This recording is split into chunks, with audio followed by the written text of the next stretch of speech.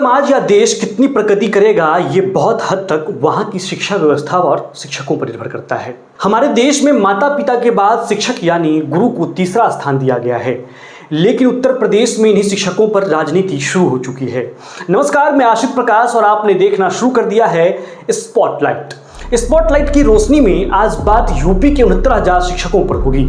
Spotlight की रोशनी में इससे जुड़ी हर अपडेट आपको देंगे, साथ ही बताएंगे कि इस पर राजनीति क्यों और कैसे हो रही है। दरअसल इलाहाबाद हाई कोर्ट में लखनऊ बेंच के एक नए आदेश के बाद यूपी में बवाल मचा हुआ है। सरकार और विपक्ष के बाद शिक्षकों की भर्ती पर जंग जारी है। कौन क्या कह रहा है उस पर बात आगे करेंगे। पहले आपको कोर्ट का फैसला बताते हैं। सबसे पहले समझिए कि ये पूरा मामला क्या है। यूपी में दिसंबर 2018 में कुल 69,000 शिक्षकों की भर्ती निकाली गई। 2019 में 4,10,000 लोग परीक्षा देने बैठे। 2020 में इस परीक्षा का रिजल्ट आया और 1,47,000 पास हो गए। इनमें आरक्षित वर्ग के 1,10,000 अभ्यर्थी थे। इन आरक्षित वर्ग में ओबीसी की संख्या 85,000 थी। आरक्षित वर्ग के लिए 66.73 और अनारक्षित वर्ग के लिए 67.11 मेरिट तय की गई थी।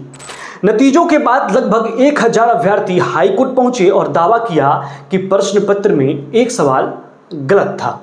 हाईकोर्ट ने कहा कि जितने अभ्यर्थी कोर्ट आए थे उनके 1 अंक बढ़ाए जाएं। इसके बाद कुछ अभ्यर्थियों ने दावा किया कि आरक्षण देने में अनियमितता हुई है। नियमों के मुताबिक अगर रिजर्व कैटेगरी के कैंडिडेट की मेरिट जनरल कैटेगरी के कैंडिडेट के बराबर हो जाती है तो उसे रिजर्व कैटेगरी से हटाकर जनरल कैटेगरी में डाल दिया जाता है। इस तरह आरक्षण का लाभ दूसरे कम मेरिट वाले उम्मीदवार को मिल जाता है।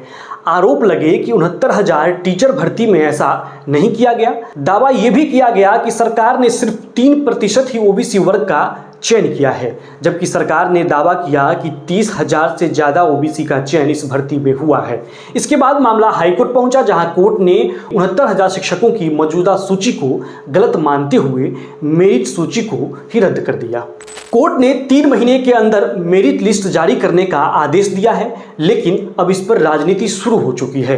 दरअसल कोर्ट के फैसले के बाद योगी सरकार के पास शिक्षक भर्ती की मेरिट लिस्ट फिर से बनाने की चुनौती है, लेकिन उससे भी बड़ा संकट उनके सामने अपनी राजनीतिक साख बचाने का है। डर है कि उनकी छवि ओबीसी विरोधी नेता की न बन जाए, क्योंकि बीजेपी के साथ साथ सहयोगी दलों के नेता भी टीचर भर्ती को लेकर सरकार पर सवाल उठा रहे हैं। डिप्टी सीएम केशव मौर्य ने इसे दलितों और पिछड़ों की जीत बताया है। अपना दल अध्यक्ष और केंद्रीय मंत्री अनुप्रिया पटेल कह रही हैं कि जब तक वंचितों को न्याय नहीं मिल जाता उनकी लड़ाई जारी रहेगी। चूंकि मामला दलित और ओबीसी वोट बैंक का है, इसलिए एक दूसरे के खिलाफ जुबानी लड़ाई लड़ने वाले अखिलेश यादव और deputy CM Keshav Prasad Maurya teacher भर्ती के मामले में एक कैंप में खड़े हैं। बीएसपी अध्यक्ष मायावती, अखिलेश और राहुल गांधी भी एक साथ खड़े हैं। राहुल गांधी ने सोशल मीडिया पर लिखा कि इलाहाबाद हाईकोर्ट का फैसला आरक्षण के साथ खिलवाड़ करने वाली बीजेपी सरकार की साजिशों को करारा जवाब है। अखिलेश यादव कह रहे हैं कि किसी भी अभ्यर्थी के साथ कोई नाइंसाफी न हो, ये सुनिश्चित करवाने में अभ्यर्थी का साथ मैं निभाऊंगा। मायावती कह रही हैं कि कोर्ट के फैसले से साबित होता है कि सरकार ने अपना काम ईमानदारी से नहीं किया है, खासकर आरक्षण वर्ग के पीड़ितों का न्याय मिलना सुनिश्चित हो। यानी एक तरह से इस मुद्दे पर सीएम योगी अकेले पड़ गए हैं, उनके अपने ही पराये हो गए हैं और इसकी वजह है दलित वोट बैंक।